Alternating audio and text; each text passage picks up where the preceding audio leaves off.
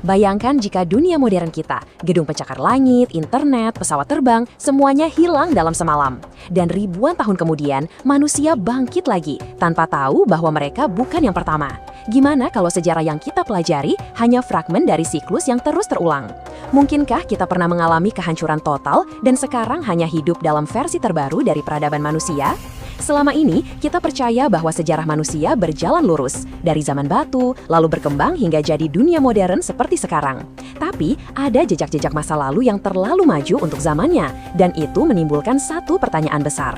Apakah kita pernah jauh lebih maju, lalu hancur tanpa jejak? Di Turki, ada sebuah situs purbakala bernama Göbekli Tepe. Usianya diperkirakan lebih dari 12.000 tahun, jauh lebih tua dari piramida Mesir.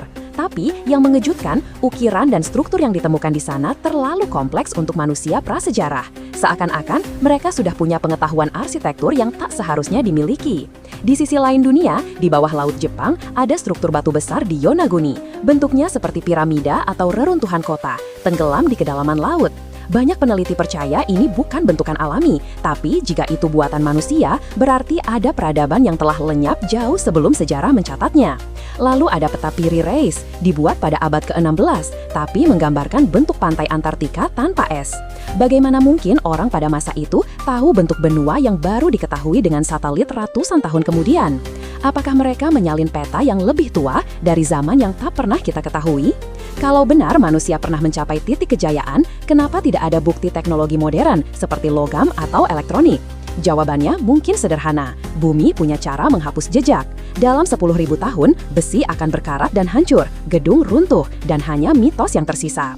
Sama seperti legenda banjir besar yang muncul di berbagai kebudayaan, dari Mesopotamia, India, hingga Nusantara, semuanya punya cerita tentang kehancuran global.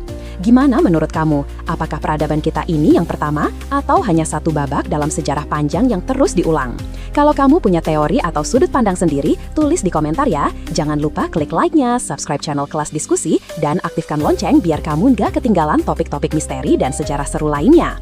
Karena di sini, kita belajar bukan cuma dari buku, tapi dari tanda-tanda yang tersembunyi di balik sejarah.